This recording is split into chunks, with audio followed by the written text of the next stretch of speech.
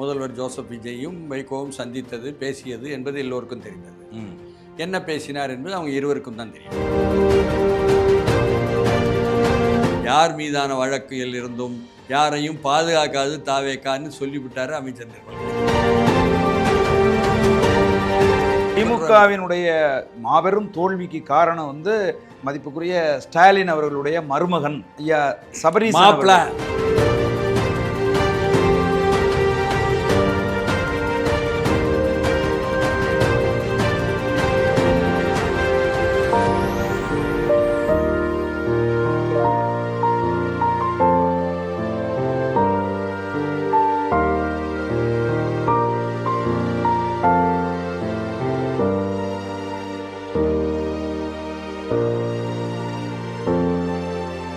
உலகம் முழுவதும் பரவி வாழுகிற தாய் தமிழ் உறவுகள் அனைவருக்கும் வணக்கம். இன்னைக்கு நம்முடைய சோழன் சொல்வீச்சு வலையொலியில் மதிப்புக்குரிய TSS மணி ஐயா ஊடகவியலாளர் அவர்களை சந்தித்து பேச இருக்கிறோம். தொடர் வணக்கம். வணக்கம். இன்னைக்கு தமிழ்நாட்டு அரசியலில் இருக்கிற ஒரு அதிர்ச்சிகரமான அதே நேரத்தில் பரபரப்பான விஷயம் என்ன அப்படின்னு பார்த்தீங்கன்னா, தமிழகத்தின் முதலமைச்சர் ஜோசப் விஜய் அவர்கள் ஐயா வைகோ அவர்களிடம் உங்ககிட்ட இருக்கிற 2 MLAவையும் ராஜினாமா பண்ணிட்டு கூட்டிகிட்டு வாங்க அப்படின்னு சொன்னார். இது தவறு, இது ஜனநாயக விரோதம், குதிரை பேரம் இது அப்படிங்கிற மாதிரியான ஒரு குற்றச்சாட்டை திமுக வச்சிருக்கு. அதை சாதாரணமாக ஒரு பேச்சா பேசாமல் கவர்னர்கிட்ட கொண்டு போய் நடவடிக்கை எடுக்கணும்னு சொல்லி கம்ப்ளைண்ட்டாக கொடுத்துருக்காங்க. இது குறித்து உங்களுடைய கருத்து என்னையா? அதாவது திராவிட முன்னேற்ற கழகத்தினுடைய அமைப்பு செயலாளர் RS பாரதி தான் அதை கொண்டு போய் ஆளுநர்கிட்ட புகாரும் வச்சுட்டு அதற்கான ஆதாரமாக காணொளி அதையும் கொடுத்துருக்கார். அதாவது வைகோ பேசியதை நம்ம மொழியில் சொல்ல போனால் முதலில் பேசியதை, வைகோ முதலில் பேசியது அப்படின்னு சொல்லி போட்டு அந்த காணொலியில் சொல்கிறார். அதில் முதல்வர் ஜோசப் விஜயும் வைகோவும் சந்தித்தது, பேசியது என்பது எல்லோருக்கும் தெரிந்தது. என்ன பேசினார் என்பது அவங்க இருவருக்கும் தான் தெரியும். ஆமாம்.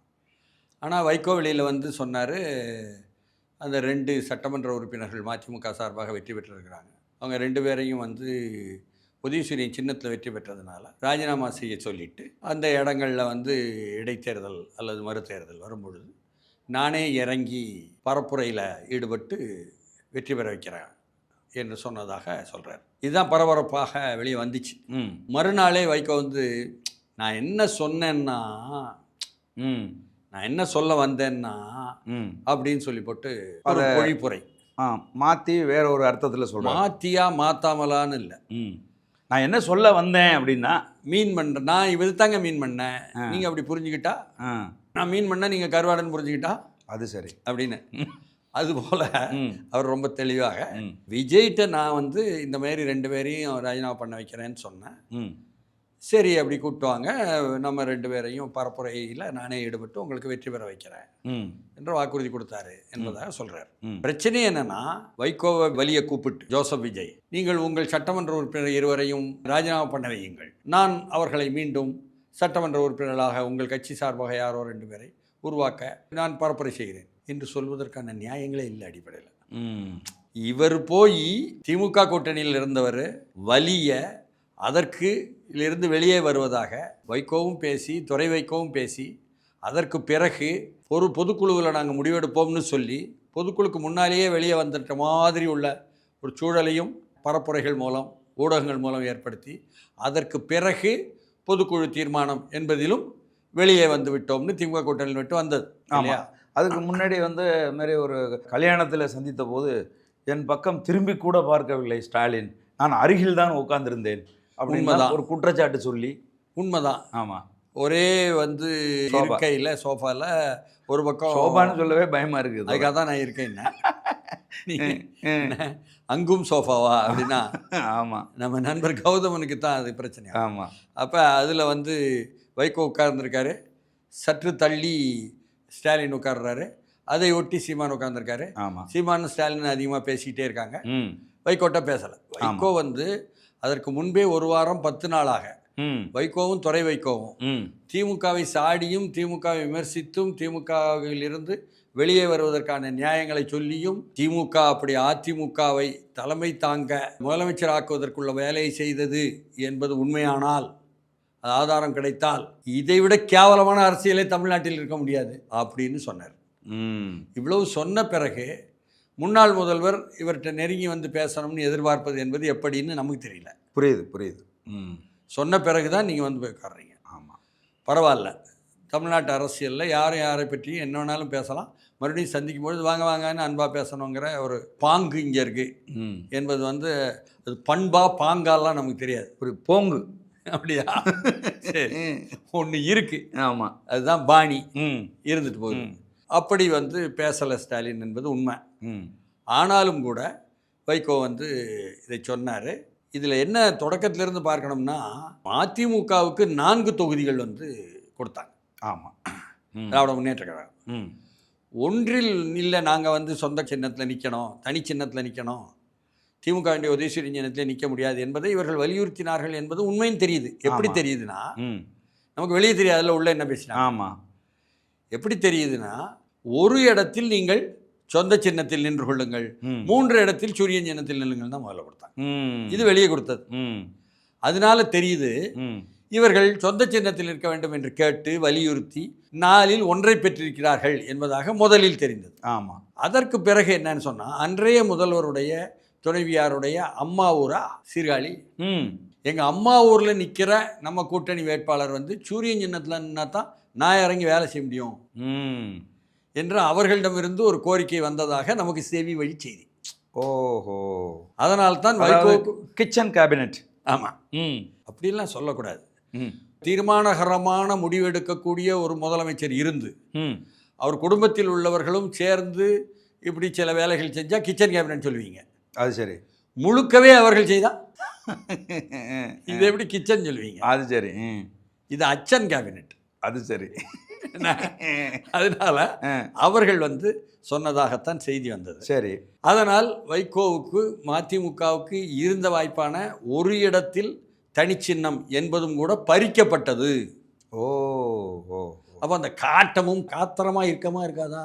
நிச்சயமா இருக்கும், கோபம் இருக்கும். இதற்கு ஒரு முன் உதாரணம் பார்த்தீங்கன்னா, திருச்சியில் மக்களவை தொகுதி என்று கொடுக்கப்படுது துறை வைகோக்கு. சரி. திருநாவுக்கரசு காங்கிரஸ்காரரு இப்போ மாற்றணிக்கு வந்துட்டார், அதனால் கோவப்பட மாட்டார். அவர் தனியாக என்கிட்ட என்ன சொன்னார்னா, நான் தான் தமிழ்நாட்டிலேயே போன முறை 2021 என்ன 19 அதாவது 24 தானே துறை வைக்கணும் திருச்சியில், 19 நின்று அங்கே வெற்றி பெற்றது திருநாவுக்கரசு. அதிகமான வித்தியாசத்தில் வெற்றி பெற்றது நான் தான். ஓஹோ. நாடாளுமன்றத்தில் அதிகமான கேள்விகள் எண்ணிக்கை கேட்டதும் நான் தான். சிறப்பு. அதற்கான பரிசு என்னிடமிருந்து திருச்சியை பறித்து விட்டார்கள். ஓ, யாருங்க? ஸ்டாலின் தானான்னு நேருன்னார் என்கிட்ட. சூப்பர். அப்போ ஆளாளுக்கு வந்து அராஜகம் போல் இருக்குது. தெரியலை நமக்கு திராவிட முன்னேற்ற கழகத்தை பற்றி. அது சரி, அவங்களுக்கு தானே தெரியும். அது சரி. அவங்களுக்கும் தெரியலைங்கிறீங்களோ? அவங்களுக்கும் ஏன் தோற்றம் தெரியலை. ஆமாம், அதனால தான் எல்லோரும் சொல்லுங்கிறாங்க. சரி, பரவாயில்ல. அப்போ அந்த திருச்சியில் ஒரு தேனியில் நிறுத்தினா பரவாயில்ல, சமூகத்தின் வாக்குகள். ஆமாம். ஒரு விருதுநகரில் நிப்பாட்டினா பரவாயில்ல, சமூகத்தின் வாக்குகள் என்ற எதிர்பார்ப்பிலாவது இருக்க முடியும். ஆமாம். துறை வைகோ பொறுத்தவரை திருச்சியில் கொண்டு போய் கொடுத்தது என்பதற்குல்ல, ஆமாம், அதுவே நெருக்கடியில் தள்ளுவது போல. ஆமாம். அதற்கு பலியாவது திருநாவுக்கரசுங்கிறார். திருநாவுக்கரசு ஓ, சொல்லி ஆகணும்ல. புரிய சொல்லணும். இப்போ சொல்லிடலாம், அவர் அந்த அணிக்கு போயிட்டார். அதான் மகிழ்ச்சி தான், சரிதான். அப்படி நான் சொன்னேன் பார். இப்போ அந்த திருச்சியில் நிற்கும் பொழுது முதலில் ஊழியர் கூட்டத்தில், ஊழியர்னா யாரு? திமுக கூட்டணியில் திமுக ஊழியர்களும் மற்ற கூட்டணி கட்சிகளைச் சேர்ந்த சிலரும் அதுதானே. ஆமாம், திமுக ஊழியர்கள் தான் வருவாங்க. ஆமாம். 2024 தேர்தலை பொறுத்தவரை தமிழ்நாடுக்கும் திமுக ஊழியர்கள் தான் அனைத்து கட்சிகளும் கூட்டணி கட்சிகளுக்கும் சேர்த்து வேலை செய்தவர்கள். பாவம், அவங்களுக்கு தலைவர்கள் தான் பணம் செலவழித்ததும். ஆமாம், அவர்கள் தான் ஓட்டுக்கு பணம் கொடுத்ததும். முதற்கொண்டு திமுக தான். காங்கிரஸ்ல எத்தனை பேர் இருக்காங்க ஊழியர்? காங்கிரஸை மட்டும் சொன்னால் மற்ற கட்சி கோவப்படுவாங்க. நாங்கள் மட்டும் வேலை செஞ்சோமா? சரி, எல்லாமே திமுக தான். ஆமாம். விசிகா வேணும்னா கொஞ்சம் பேர் வேலை செஞ்சாங்க, உண்மை. ஏன்னா அந்த பையங்க சும்மா இருக்க முடியாது. ஆமாம். மற்றவங்க எல்லாம் வந்து முழுக்க திமுக கையிலேயே பொறுப்பு கொடுத்துட்டாங்க. அப்போ அவர் வந்து துறை வைகோ பேசும் பொழுது அவர் எந்த அளவுக்கு கண்ணீர் விட்டார் என்பது நாடறியும். ஆமாம். அப்பொழுது நெருக்கடி கொடுத்தவர் யாரு? KN தானா என்ற கேள்வி அப்பொழுது இருந்தே உண்டு. அதற்கு பிறகு கடைசியாக போராடி போராடி நான் தனிச்சின்னத்தில் நிற்பேன்னு சொல்லி போட்டு தான் தீப்பெட்டி சின்னத்தில் நின்னாரு, வென்றாரு. அப்போ சின்னம் தீர்மானிக்கலை. ஆமாம். இப்போ நீங்கள் உதயசூரிய சின்னம் நின்னா தான் வெற்றி பெறுவியோ அது என்று சொன்னால் அப்படி அல்ல இல்லையா? அப்போ அதனுடைய தொடர்ச்சியாக நீங்கள் வந்து 26 தேர்தலுக்கான மதிமுக திமுக பேச்சுவார்த்தை பாருங்க. அப்போ திமுகவின் உதயசூரிய சின்னம் தான் நிற்க வேண்டும் என்று அவர்கள் வலியுறுத்துவதும், இல்லை இல்லை நாங்கள் தனிச்சின்னத்தில் நிற்போம் என்று மதிமுக கேட்பதும் இயல்பாக இருக்கா இல்லையா? ரொம்ப இயல்பாக இருக்குது. அப்போ அதில் உனக்கு சரி போ அப்படின்னு சீர்காழியை கொடுத்ததும் அதையும் சீரழித்ததும் நடந்ததா இல்லையா? நடந்துச்சு. இப்பொழுது சீர்காழியில் வெற்றி பெற்றவர் அப்போ எதற்கு விசுவாசமாக இருப்பார்? வெற்றி பெற்ற சின்னத்துக்கு தான் விசுவாசம். ஆமாம், நிச்சயமா. அப்போ தானாகவே அவர் என்ன சொல்லிட்டாரு? நான் வர முடியாதுன்ட்டார். முத்தமிழ் செல்வனா வர முடியாதுன்ட்டார். கடையநல்லூரில் நின்ன ராஜேந்திரன் நான் வைகோ விசுவாசி, ஆனால் திரும்ப நான் நின்னா வெற்றி வர முடியாது. வைகோட்டியே சொன்னதை வைகோ சொல்கிறார் இப்போ. அதனால நான் வந்து திமுக சின்னத்தில் திமுகவாகவே அந்த இருப்பது என்பது தானே இருக்க, ஆனால் நான் மதிமுக என்பதாக நான் மதிமுக கட்சி விட்டு போக மாட்டேன். சீர்காழி போயிட்டார். ஆமாம், நான் திமுகக்கே போகிறேன் அப்படின்னு சொல்லிட்டார். இந்த அளவுக்கு இந்த நிலைமைகள் ஆனால் அவருக்கு வைகோ போன்ற கலைஞரால் அங்கீகரிக்கப்பட்டு கலைஞருடைய கட்சியவே ஒரு 8 மாவட்ட செயலாளரை வெளியே கொண்டு போகிற அளவுக்கு தீர்ணமிக்க ஒரு பேச்சாளர். அவர் பேச்சாளர் என்பதனாலும் அவருடைய கர்ஜனைக்காகவும் தான் நமக்கும் பயன்படுமே என்று ஸ்டாலினும் வந்தவரை அரவணைத்து கொண்டார். எல்லாம் உண்மைதானே? உண்மைதான். அவருடைய கட்சி முன்னைய அளவுக்கு பலம் இருக்குதா இல்லையா என்ற சோதித்தலை விட அவர் வைகோ வராரு, ஒரு பிம்பம், அவர் பேச வராரு, அவர் கர்ஜிக்க வராரு என்பதை கேட்டுத்தான் எதிராளியை தூள் பருத்துவார். அவர் எந்த அணியில் இருந்தாலும் எதிரணியை தான் இருக்கும் அணியை தூக்கி பிடிப்பார். இந்த புகழுரையும் எதிராளி மீது இகழுரையும் வைகோ மூலம் கேட்க வேண்டும், மக்களுக்கு போய் எட்டும் என்ற எதிர்பார்ப்பில் தானே திராவிட முன்னேற்ற கழக தலைமையை ஏற்றுக்கொண்டது. ஆமாம் ஆமாம். இதே நிலையில் தானே ஜோசப் விஜயும் ஏற்றுக்கொள்வார். ஆமாம். அதனால் அவற்றுள்ள பலமான அம்சங்களிலிருந்து பார்ப்போம் நம்ம. அதான் அப்படி தான் பார்த்துருக்காங்க. அதனால் நீங்கள் வந்து வலியை வந்து போய் சொல்லும் பொழுது நாங்கள் 2 பேரையும் ராஜினாமா பண்ண வச்சுட்டு சூரியன் சின்னத்தில் ஜெயிச்சவங்கள மறுபடியும் தேர்தல் மறுதேர்தல், ஏன்னா அதுதான் இன்றைக்கி தமிழ்நாட்டில் உள்ள பழக்கமாக இருக்குது. ராஜினாமா பண்ணிடுறது, அடுத்த கட்சிக்கு தாவறது என்று ஒரு பக்கமும், அடுத்த கூட்டணிக்கு தாவது என்பது ஒரு பக்கமுமாக இருக்குது. ஆமாம், அதுதானே தமிழ்நாடு. ஆமாம் ஆமாம். இதை நான் என்ன சொல்லிகிட்டு இருக்கேன்னா, மறுபடியும் பாண்டி ஆட்டம் வந்துருச்சுங்க. அது என்னது பாண்டி ஆட்டம்னு? அந்த காலத்தில் சின்ன பிள்ளைங்கள்லாம், குறிப்பாக பெண்கள், கண்ணில் ஒரு கர்ச்சீஃபை கட்டிக்கிட்டு கட்டங்கட்டமாக போட்டிருக்கும் பொழுது இந்த கட்டத்திலிருந்து அடுத்த கட்டத்துக்கு தாண்டுறதுக்கு, அந்த கோட்டை மிதிக்காமல் தாண்டுவதற்கு அப்படியே கண்ணை மூடிக்கிட்டு ரைட்டா ரைட்டு ரைட்டா ரைட்டுன்னு வருவாங்க தெரியுமா? ஆமாம், பாண்டி ஆட்டம்னு ஒன்று. ஆமாம், அப்படியே ஜம்ப் பண்ணி வருவாங்க. அதுதான் இன்றைக்கு நொண்டி ஆட்டம் பாண்டி ஆட்டம்னு சொல்லக்கூடியது தான். காலை ஒரு காலை தூக்கிட்டும் வருவாங்க, 2 காலையும் இப்படி வச்சுட்டும் வருவாங்க. இன்றைக்கு கட்சிகளில் ரிசைன் பண்ணிவிட்டு கட்சியில் போய் சேர்வது, அதான் கூட்டணியில் என்ன பண்ணிட்டு கூட்டணியில் போய் சேர்வது, ஒரு பாண்டி ஆட்டம் இங்கே நடந்து கொண்டிருக்கிறது. ஓ என்பதாக எனக்கு தெரியுது. புரியுது. பரவாயில்ல, பழமை மீண்டும் வருது போல் புரியுது அப்படின்னு வேடிக்கையாக நினச்சாங்க. இதைத்தான் ஒரு நல் வாய்ப்பு கிடைச்சிட்டு புடிரா அப்படின்னு RS பாரதி என்ற திமுகவினுடைய அமைப்பு செயலாளர் எடுத்து ஆளுநர்கிட்ட கொண்டு போய் புகாரை கொடுத்தது. என்ன ஆகும் இந்த புகார்? அது நிர்மல்குமார் அழகாக சொல்லிட்டாரு, அமைச்சர். ஆளுநர் என்ன செய்வார்? கேட்பாரு, காணொலியை போட்டு கேட்பாரு, வைகோ பேசுறது நல்லா இருக்கேன்னு கேட்பாரு. மறுபடியும் வைகோ பேசியது ஒன்று இருக்குல்ல, அது சரி. அதில் நான் தான் ராஜினாமா பண்ண போகிறாங்க எங்கள் பையங்க 2 பேரும்னு சொன்னேன், அப்படியானா அவங்கள வந்து மீண்டும் வெற்றி பெற வைப்பதற்கு நான் இறங்கி பரப்புரை செய்கிறேன்னு முதலமைச்சர் சொன்னார் என்று மறுபடியும் விளக்கிட்டார்ல மறுநாளே. அது சரி. பிரச்சனை எழுப்பப்பட்டவர் மூலமாகவே முடித்து வைக்கப்பட்டுருச்சுல்ல. அது சரி. இதில் என்ன பெரிய ஆதாரம்? அப்போ ஜோசப் விஜய் ஆட்சிக்கு எதிராக ஏதாவது செய்ய வேண்டுமே என்று துடித்து கொண்டிருக்கும் திராவிட முன்னேற்ற கழகம், 6 மாதங்கள் பொறுப்போம் என்று சொன்ன திராவிட முன்னேற்ற கழகம், பொறுக்க முடியாமல் 30 நாள் 40 நாள்லேயே இந்த மாதிரி ஏதாவது ஒன்று கிடைக்குமான்ட்டு எடுத்துக்கிட்டு பேசுவது என்பதாக, எடுத்துக்கிட்டு புகார் கொடுப்பது என்பதாக சாதாரண ஜனம் என்ன தெரியுமா சொல்கிறாங்க? ஒரு உணவகம் சாப்பிட போனால் அரசியலே பேச மாட்டார் அவர், சப்ப பிரச்சனையாக எடுத்துகிட்டு இருக்காங்க. திமுக எடுக்கிற பிரச்சனையவா? அதனால் மக்கள்கிட்டையும் எடுபடாது, எங்கேயும் எடுபடாது. என்று சப்ப பிரச்சனையாக எடுப்பது என்பது அவர்களுக்கு இன்னைக்கு தவிர்க்க முடியாமல் விரக்தியின் விளிம்பில் நிற்காங்க என்பதனால வந்திருக்கக்கூடிய விளைவுகள். நாம் ஒன்றும் செய்ய முடியாது. அதான் இப்போ இந்த மாதிரியான ஒரு பிரச்சனையை முன்னெடுத்து திமுக சிக்கலாக மாற்றுறதுனால தான் திருப்போரூரில் நடந்த பத்திரிகையாளர் சந்திப்பில் வைகோ கொந்தளிச்சிட்டார திமுகவுக்கு எதிராக. எதை எடுத்தாலும் எங்கு பார்த்தாலும் சுற்றி வரை வந்து திமுக தான் நம்மளை சுற்றி வளைக்குது, திமுக தான் நம்மளை பிரச்சனையாக்குது என்று கருதி கொண்டே இருந்தால் அது அவர் வழக்கமாகவே உணர்ச்சி வசப்பட்டு பேசுபவர் தானே. அது சரி, அது வெடிச்சிருச்சு. அது சரி. ஆனால் மறுநாளே வெடித்த வேகத்திலேயே திரும்ப பெற்றுக்கொண்டாரா இல்லையா? அது மன்னிச்சுக்குங்க அப்படிங்கிறாரு. நான் பத்திரிகையாளர்களை மதிப்பவன், நான் அப்படியெல்லாம் செய்ய மாட்டேன், ஏதோ நேற்று நடந்துருச்சு அதனால் வருத்தம் தெரிவிச்சுக்கிறேன் சொல்லிட்டார.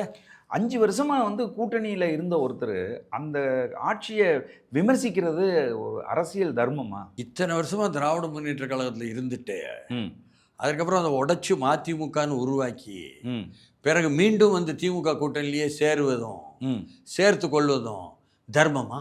அது சரி.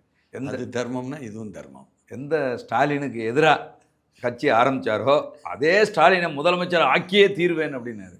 ஒன்றும் செய்ய முடியாது. அதனால் அரசியலில் இதெல்லாம் சகஜம்பா அப்படின்னு போயிட வேண்டியதான் நம்ம. சரி, 2 எம்எல்ஏக்களும் இப்போ தாவேகாவுக்கு வர முடியல. எந்த வகையிலையும் வைகோ வந்து மதிப்புக்குரிய தமிழகத்தின் முதலமைச்சர் ஜோசப் விஜய் அவர்களுடைய ஆட்சிக்கு ஆதரவாக நிற்க முடியாது அப்படிங்கிற சூழ்நிலையில் வைகோவால் என்ன பிரயோஜனம் தாவேகாவுக்கு? வருகின்ற இடைத்தேர்தலில் தாங்கள் நிரூபித்தே ஆக வேண்டும் என்ற நிலையில் தாவேகா இருக்கிறது. சரி, அது 6 இடமோ 7 இடமோ 10 இடமோ 12 இடமோ இடைத்தேர்தலில் பரப்புரை தேவைப்படுது. சரி, சாதாரணமாக பரப்புரை பேசுவாங்க தாவேகாவை சேர்ந்தவங்க. தாவேகாவுடைய தலைவர் மட்டும்தான் வரும்பொழுதே அவர் எந்த வரி சொன்னாலும் ஏற்கும் அளவுக்கு கூடும் கூட்டம் பல்லாயிரக்கணக்கில். அங்கு வந்து ஈர்க்கும் பேச்சாளராக இருப்பது வைகோ. அவர் பேச்செல்லாம் இனிமேல் எடுபடுமா? அவர் உணர்ச்சி வசப்பட்டு பேசுவது என்பது தாவேகாவில் வந்திருக்கக்கூடிய புதிய தலைமுறை இளைஞர்களுக்கும் பெண்களுக்கும் ஆச்சரியமாகவும் ஈர்ப்பாகவும் இருக்குமா இல்லையா? அது சரி, அது சரி. அந்த வகையில் பயன்படும். அவர் வாயால் விஜயை புகழணும். ஆமாம், அது உங்களுக்கெல்லாம் என்டர்டெயின்மெண்ட்டாக இருக்கும், நல்ல மகிழ்ச்சியாக இருக்கும். அவர்களுடைய நம்பிக்கைக்கு ஒரு ஆதாரபூர்வமான ஆக்கம் சக்தியாக தெரியும். இதில் என்ன தப்பு? அது சரி. அதனால அவர் எந்த வகையிலும் பயன்படுவார் என்ற நம்பிக்கையில் தான் விஜயோ அவருடைய கட்சியோ இருக்குது. வருகிற இடைத்தேர்தலுக்கு பயன்படும். உள்ளாட்சி தேர்தலில் மதிமுகவுக்கு நல்லதொரு விருப்பத்திற்கு தகுந்தாற் போல் ஒன்றியங்களும் சரி, நகராட்சிகளும் சரி, மாநகராட்சியில் இடங்களும் சரி கொடுக்கப்படும் என்பது கிடைக்க முடியாத ஒரு வெற்றி இல்லையா? அது சரி, அது சரி. அது மட்டுமல்ல, இப்போ அவங்க என்னன்னா சட்டமன்ற உறுப்பினர் மதிமுக இல்லாததுனால அமைச்சரவைக்குள்ளே வரலன்னு சொல்கிறீங்க. ஆனால் அமைச்சரவைக்குள்ளே வந்தது போல ஒரு கூட்டணிக்குள்ளே வந்துட்டார்ல. அது சரி. விஜய் தலைமையேற்கும் ஒரு கூட்டணியில் வைகோவும் ஒரு மாபெரும் தூணாக அந்த கூட்டணியில் நின்றுட்டாரா இல்லையா? வைகோவுக்கான எதிரி தாவேகாவுக்குள்ளே இருக்குது, அங்கே போய் இவர் வாழெல்லாம் ஆட்ட முடியாது அப்படின்னு சொல்லி திமுக காரர்கள் ஒரு நம்பிக்கை தெரிவிக்கிறாங்க. அந்த எதிரி யார் அப்படின்னா நாஞ்சில் சம்பத். உங்கள் கருத்து? நாஞ்சில் சம்பத்தோ வைகோவோ அப்படி பகையை தொடர்ந்து செயல்படுத்துபவர்கள் அல்ல. 2 பேருடைய நீங்கள் கதாபாத்திரங்களையும் நல்லா பார்த்தீங்கன்னா யாருடன் பகைத்து கொண்டோமோ அவருடன் சேரும் பொழுதும் மிகச் சிறப்பாக அந்த சேர்ப்பு இருக்கும். பகைத்து கொண்டால் சேர்ந்தவருடன் உள்ள பகையில் பகைத்தல் சிறப்பாக இருக்கும். 2மே சிறப்பாக இருக்கும். இதுதான் வைகோ, இதுதான் நாஞ்சில் சம்பத். உண்டா இல்லையா? அது சரி, அது சரி. அதனால் அவர்களுக்குள் பிரச்சனையே கிடையாது. அப்போ திமுக நினைக்கிறது போல நாஞ்சில் சம்பத் வைகோவுக்கு எதிரியாக இருக்க மாட்டார். திமுகவை பொறுத்தவரை இப்போ என்ன நிலைமையில் இருக்காங்கன்னா, தோற்று போய் தாங்கள் ஏன் தோற்றோம்னு கண்டுபிடிக்க முடியாமல் ஊரெல்லாம் தேடிக்கிட்டு இருக்காங்க. தேடிக்கிட்டு இருக்கிறதுக்கு மத்தியில் அவர்கள் வந்து ஏதாவது சொல்லணும், எதிராளியே எதிர்த்து. ஒவ்வொரு வாரமும் ஒருத்தரை எதிராளியாக எடுப்பாங்க. மார்க்சிஸ்ட் கட்சியில் பே சண்முகத்தை எதிராளியாக நினச்சா அதில் ஒரு 3 நாள் கட்டுரை எழுதுவாங்க. ஓஹோ, அவருக்கு எதிராக. அதற்கு முன்னால் திருமாவளவனையும் விசிகாவையும் எதிராளியாக நினச்சா அதை ஆராசா மூலமாக ஏதாவது சொல்லுவாங்க. அது சரி. காதர் மொய்தீனை எதிராளியாக இந்திய யூனியன் முஸ்லீம் லீக் தலைவரை நினச்சா MM அப்துல்லா மூலம் அவரை தாக்கி பேச சொல்லுவாங்க. அதே போல் வைகோவுக்கு எதிராக பேசுவது என்பதில் இதெல்லாம் வந்துடுது. புரியுது. அதில் அவங்க வந்து கண்டுபிடிச்சாகணும். இருப்பவர்களுக்கு ஏதோ ஒன்று இறை போட்டாகணும். அவங்க நிலைமை. அவர்கள் இதுவரை பேசி பேசியே வளர்ந்த கட்சி என்று தங்களைத்தானே சொல்கிறாங்க. அது சரி. இப்போ பேசுவதற்கு உரம் இல்லை, ஆனால் உரம் இருப்பது போல் காட்டணும், ஒரு இறை போட்டாகணும். அதில் அவர்கள் கண்டுபிடித்திருப்பது தான் நாஞ்சில் சம்பத்துக்கும் வைகோவுக்கும் அப்படி ஒரு பிரச்சனையே இருக்காது. தாவேகால அப்படி ஒரு பிரச்சனையே இல்லை, இருக்காது. நீங்கள் சொல்கிறீங்க திமுகவுக்கு நம்ம ஏன் தோத்தோம் அப்படின்னு தெரியல, தேடிட்டு கிடக்கிறானுங்க அப்படின்னு நீங்கள் சொல்கிறீங்க. ஆனால் தமிழகத்தின் முதலமைச்சர் மதிப்புக்குரிய ஜோசப் விஜய் என்ன காரணங்கிறத எளிமையாக சொல்லிட்டாரு. உங்கள் குடும்பத்துக்குள்ளே தான் பிரச்சனை இருக்குது அப்படின்னு. உங்கள் குடும்பத்துக்குள்ளே தான் பிரச்சனை இருக்குது மட்டும் தோத்ததுக்கு காரணமே உங்கள் குடும்பம் தான் சொல்லிட்டாரு. யார் சொன்னதான் சொன்னார்? உங்கள் திமுக தொண்டர்கள் சொல்கிறாங்கன்னு சொன்னார். அது சரி. அதுதான் உண்மை. உண்மை அதானா? உண்மை அதுதான். என்ன அவங்க குடும்பம் எப்படி தோல்வி எப்படி அடையணும்னு எப்படி ஒரு குடும்பம் இயங்கும்? குடும்பம் இயங்காது. குடும்பத்தில் எல்லோரும் தான் இருப்பாங்க. ஆமாம். மகன் இருப்பாங்க, மனைவி இருப்பாங்க, மருமகன் இருப்பார், எல்லாரும் இருப்பாங்க. குடும்பத்துக்குள்ளேயே காரணமாக்கி தமிழ்நாடெங்கும் அவர்கள் தொண்டர்கள் மத்தியில் பேசுவது, அவர் வைத்திருக்கும் நிறுவனத்தையும் மாப்பிள்ளையையும் தான் காரணம் சொல்கிறாங்க என்பதை கேள்விப்பட்டுத்தான் ஒரு முதலமைச்சர் தொகுத்து சொல்கிறார். ஓ, ஒரு குறிப்பாக சொல்கிறாரு. அப்போ கேள்விப்பட்டு உளவுத்துறை மூலம் திமுகவினுடைய மாபெரும் தோல்விக்கு காரணம் வந்து மதிப்புக்குரிய ஸ்டாலின் அவர்களுடைய மருமகன் ஐயா சபரி மாப்பிள்ள அப்படிங்கிறீங்க. இங்கே அழகாக சொல்லுங்க தமிழில். அது சரி. மாப்பிள்ள, மாமா, மாப்பிள்ள, மாமா என்பதாக நீங்கள் வந்து நீலாங்கரையை நோக்கி செலுத்தணும். அது சரி. சென்டாப் ரோட்லேயே நிற்கக்கூடாது. அப்போ தான் அது புரியும். நான் கேட்குறேன், ஒரு திமுக தலைமை ஒரு குறிப்பிட்ட குடும்பத்துக்குள்ளே இருக்குதுன்னு சொன்னால் அவர்களே காரணத்தை கண்டுபிடிப்பதற்கு நமக்குள்ளேயே இருக்கக்கூடியவங்களையே சொல்லலாமா? நிச்சயமாக சொல்ல முடியுமா? இப்போ வெளியே தானே தேடுவாங்க. ஆமாம். அப்போ இல்லாத இடத்தில் காரணத்தை தேடினால் தேடிக்கொண்டே இருப்போம், தேடிக்கொண்டே இருப்போம், தேடிக்கொண்டே இருப்போம் தானே. அது சரி. அதுதான் நடக்கு. புரியுது புரியுது. அதனால் அவங்க தேடிக்கிட்டே இருப்பாங்க. அது சரி. அது சரி. முடிஞ்சால் செயல் பாபுவை கூப்பிட்டு 4 திட்டுவாங்க. சேகர் பாபுவை செயல் பாபு தானே சொல்லணும். அப்படி தான் நமக்கு சொல்லி கொடுத்துருக்காரு முத்துவேல் கருணாநிதி ஸ்டாலின். சரி. திராவிடியன் ஸ்டாக் அப்படி சொல்லணும். திராவிடியன் ஸ்டாக் அப்படி தான் சொல்லணும். என்ன அவங்க சொன்ன கொடுத்த மாதிரி தான் சொல்லணும். புரியுது. நல்லா தலைவர் கலைஞர் தான் சொல்லுவேன். ஆமாம். அப்போ டாக்டர் கலைஞர்னு ஒரு கட்டத்தில் வந்துச்சு. ஆமாம். டாக்டர் கலைஞர்னு ஒழுங்காக சொன்னோம். டாக்டர் போடாதீங்க, அதனால தான் பாதிப்பு வரும் போல் இருக்குது, ஜோசிங்கன்னு சொல்லிட்டாங்க அப்படின்னு யாரும் சொன்னாங்களா நமக்கு தெரியாது. அது சரி.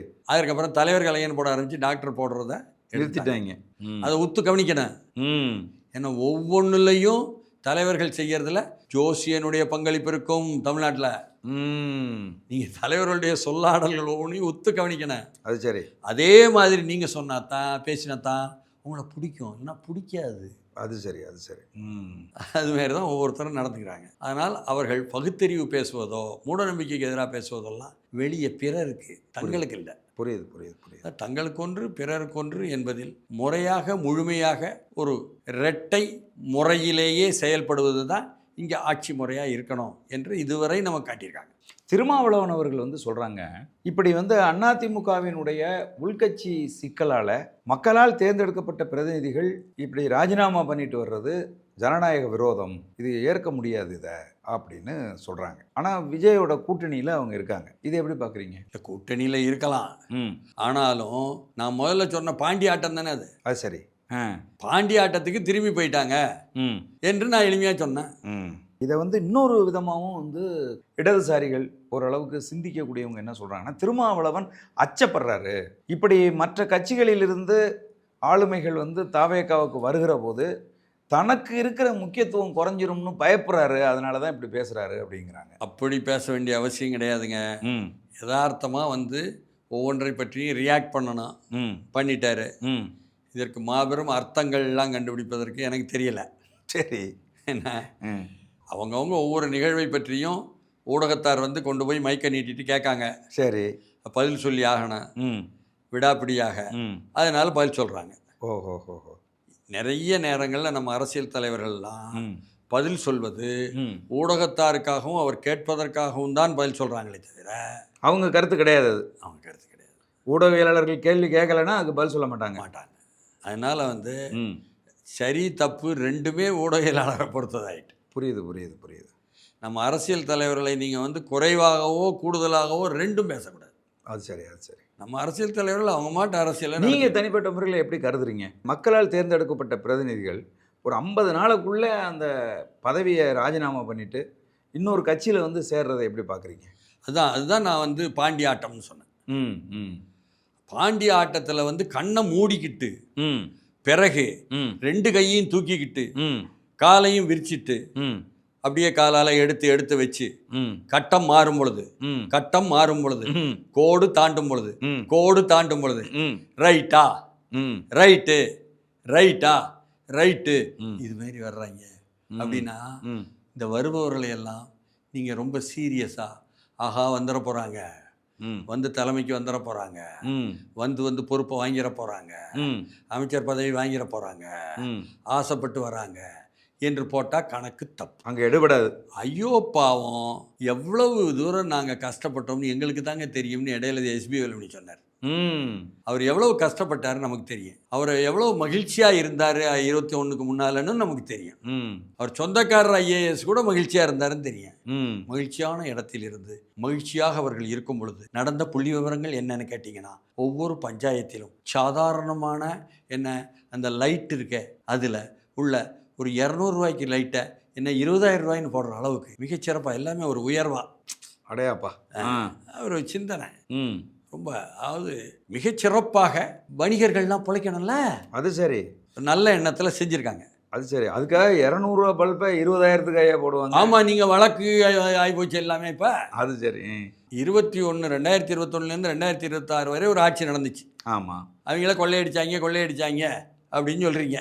ஆட்சியில் அவங்க மட்டும் கொள்ளையடிச்சாங்கன்னு சொன்னால் இது வந்து மிக பிழையானது. அப்படி ஏதாவது நடந்திருந்தால் அவர்களையும் சேர்த்து காப்பாற்றினார்கள். அப்படி காப்பாற்றப்பட்டவர்கள் தானே. புரியுது. அந்த காப்பாற்றப்பட்டவர்களுக்கு எதிராக அறப்போர் இயக்கம் நீதிமன்றத்திற்கு போய் வழக்கை எடுத்த பிறகு தானே எடுக்க வைக்காங்க. அது சரிங்க. அதனால் வரிசையாக வர்றவங்கெல்லாம் ஐயா என் மேலே உள்ள வழக்கு என் மேலே பாயாமல் இருந்தால் சரிதான் என்று ஒரு கேடயமாக வர்றவங்கள போய் வாழேந்தி வர்றாங்கன்னு சொல்கிறீங்க.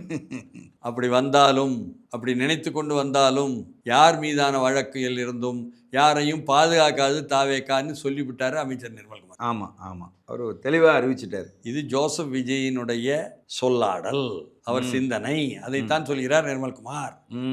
பிறகு என்ன வேணும்? அவ்வளோதான். அதனால் நீங்கள் கவலைப்பட வேண்டியதே இல்லை. சரிதான். ஏதோ எங்களுக்கு வயதாகி போச்சு, இவ்வளவு நாள் சாப்பிட்றத சாப்பிட்டுட்டோம், நாங்கள் நிம்மதியாக போய் தூங்குறோம், வழக்குன்னு வழக்காடு மன்றத்திற்கு போவதற்கெல்லாம் வந்து நாதி இல்லை, சக்தி இல்லை, அதனால எங்களை உடுங்கடா சாமி என்பதற்காக மாறி இருக்காங்க. புரியுது. அவங்கள ரொம்ப சீரியஸாக எடுத்தீங்கன்னா ஒவ்வொரு ஏரியாவுக்குள்ளே பார்த்தீங்கன்னால இவர்களுக்கு மாற்றாக போடக்கூடியவங்க இருக்காங்கல்ல. ஆமாம், அவங்க அண்ணா திமுக நல்லா எடுத்துகிட்டு போகிறவங்க. புரியுது. இவங்க ஐயோ பாவம், கரெக்ட், இதோட முடிஞ்சிச்சு என்பது தான் அது. புரியுது. அதனால இதெல்லாம் நடக்கும், கடந்து போக வேண்டும் என்ற கட்டத்துக்கு வந்துட்டாங்க எல்லாரும். புரியுது. சரிங்க தோழர், ரொம்ப மகிழ்ச்சி. இன்னைக்கு கரண்ட்டில் இருக்கக்கூடிய அரசியல் சூழ்நிலைகள், அதனுடைய சாதக பாதகங்கள் குறித்து தெளிவாக வந்து பேசுகிறீங்க தோழர். எங்களுடைய அரங்கத்துக்கு வந்து உங்கள் கருத்தை பகிர்ந்து கொண்டாமைக்கு மிக்க மகிழ்ச்சி. நன்றி, வணக்கம்.